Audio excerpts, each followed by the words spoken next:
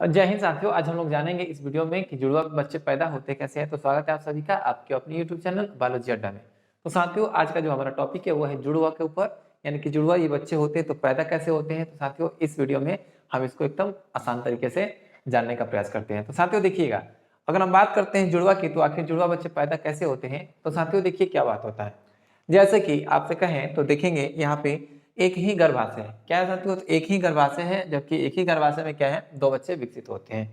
तो देखिए साधारण से शब्दों में कहा जाए तो जब एक ही गर्भाशय में दो बच्चे विकसित होते हैं एक साथ, जब एक ही गर्भाशय में दो बच्चे विकसित होते हैं एक साथ, तो साथियों इसे हम लोग कहते हैं क्या, तो इसे हम लोग कहते हैं जुड़वा कहते हैं। ठीक है, जैसा कि आपको मिलेगा कि जब एक ही गर्भावस्था में या एक ही गर्भावस्था के दौरान जो दो बच्चे पैदा होते हैं उन्हें हम कहते हैं जुड़वा।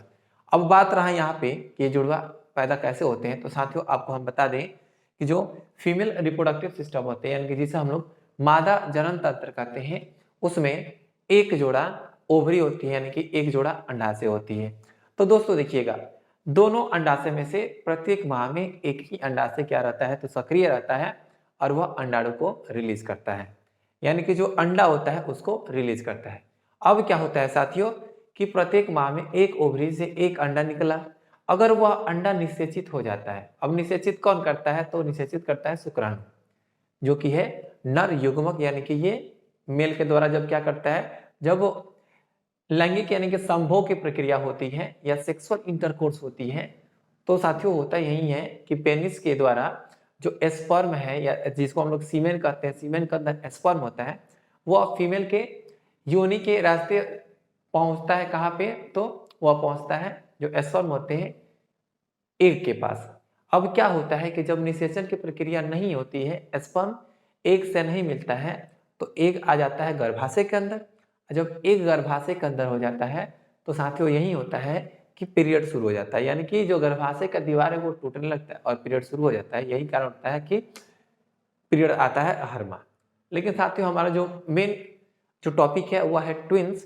तो चलिए हम लोग जानते हैं ट्विंस के बारे में डिटेल में कि क्या होता है। तो साथियों देखिएगा, अब हुआ यही कि यहाँ पे दो ओवरी हैं और दो ओवरी में से जैसा कि आपको पता है कि एक ही ओवरी एक माह में सक्रिय रहती है और क्या रिलीज करती है, तो एक ओवम रिलीज करती है।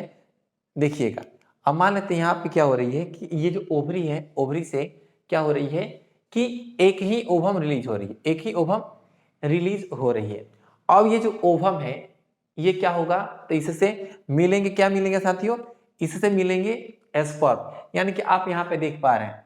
अब एक बात बताते हैं, जब क्या करता है कि जब कोई पुरुष सेक्सुअल इंटरकोर्स करता है स्त्री के साथ, तो होता है साथियों यही कि जब उससे वीर्य निकलता है तो उसमें लगभग कितने, तो 300 मिलियन शुक्राणु होते हैं।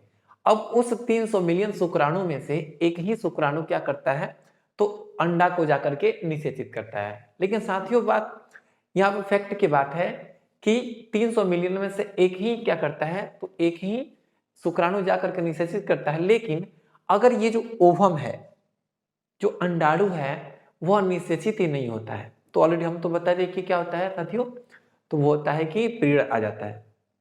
लेकिन अब देखिए क्या हुआ कि यहाँ पे क्या हुआ, निषेचन की प्रक्रिया हो गई और क्या बना, जाइगोट बना।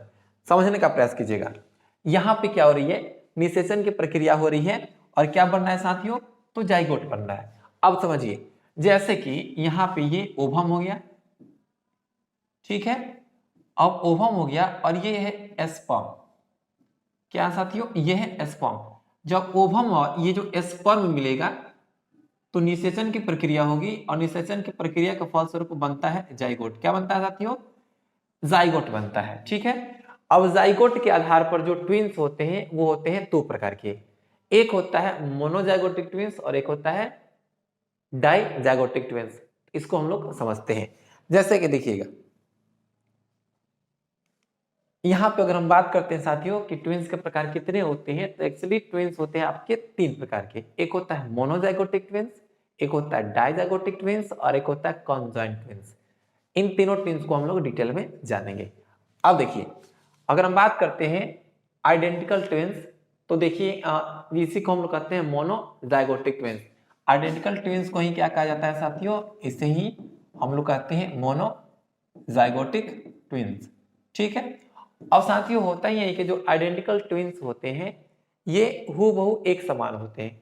हूबहू एक समान क्यों होते हैं, इसका भी कारण है। चलिए हम लोग देखते हैं कि यहाँ पे देखिए साथियों कि यहाँ पे ये ओवम है और ये स्पर्म है, यानी कि ये अंडाणु है और ये शुक्राणु है। फर्टिलाइजेशन की क्रिया होती है और ये क्या बना साथियों, तो ये बना है, देखिएगा फर्टिलाइजेशन की क्रिया हुई और ये बना जाइगोट।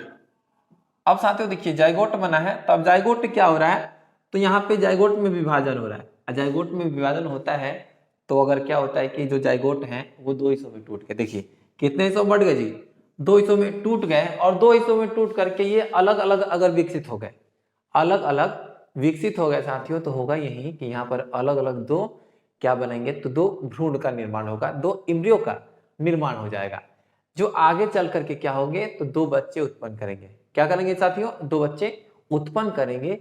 और ये जो दोनों बच्चे होंगे क्या होंगे, एक दूसरे के सेम टू सेम होंगे, जैसा कि आप यहाँ पे इस तस्वीर में देख सकते हैं कि दोनों बच्चे क्या हैं, एकदम हूबहू हैं। एक और बात समझिएगा, जो आइडेंटिकल ट्विंस होते हैं ना साथियों, ये अगर मेल है यानी कि अगर दोनों क्या है, देखिए बात यही कि अगर लड़के हैं तो दोनों लड़के होंगे और लड़की हैं तो दोनों लड़कियां ही होंगी। ऐसा नहीं हो सकता कि एक लड़का और एक लड़की, क्योंकि ये क्या है, तो आइडेंटिकल ट्विंस होते हैं। आई होप कि आपको ये समझ में आ गई। अब साथियों हम बात कर लेते हैं जो अगला ट्विंस होते हैं जिनको हम लोग कहते हैं नॉन आइडेंटिकल ट्विंस। और साथियों ये होते हैं डाइजाइगोटिक ट्विंस, यानी कि अलग अलग जाइगोट से इनका विकास होता है। आप समझने का प्रयास कीजिएगा।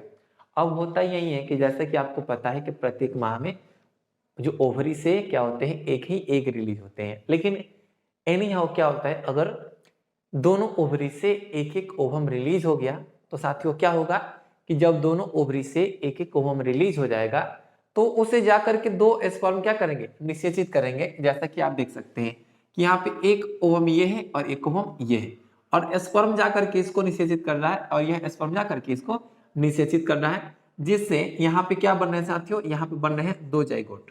कितने जी, दो जाइगोट बन रहे हैं। ठीक है, एक यहाँ पे बन गया, एक यहाँ पे बन गया। अब ये जो जाइगोट है साथियों, ये जाइगोट आगे चल करके क्या होगा, तो एक नया बच्चे के रूप में विकसित होगा और ये वाला जाइगोट भी एक नया बच्चे के रूप में विकसित होगा।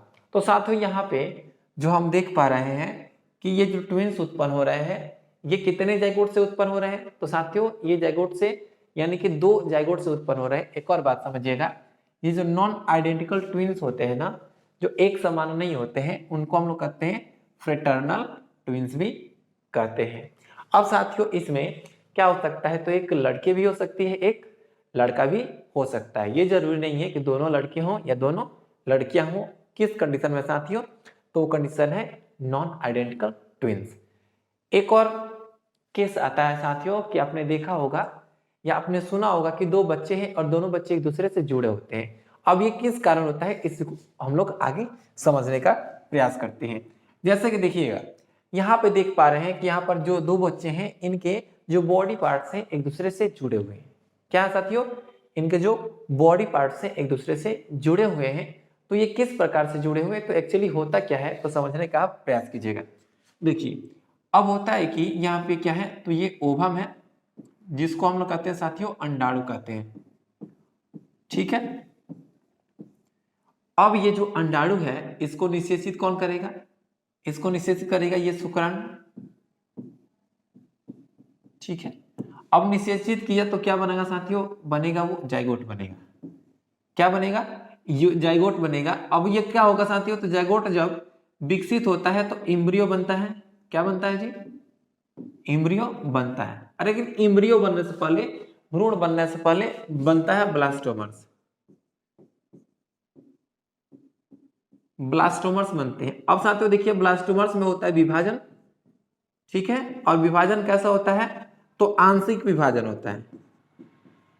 क्या होता है साथियों, आंशिक विभाजन होता है। जब आंशिक विभाजन होता है तो क्या होता है, देखिए आंशिक विभाजन कहने का मतलब कि विभाजन के फलस्वरूप जो कोशिकाएं हैं पूरी तरह से अलग नहीं हो पाती हैं। जब पूरी तरह से अलग नहीं हो पाती हैं तो यहाँ पे दोनों क्या है, दोनों कोशिकाएं आंशिक रूप से जुड़ी हुई हैं।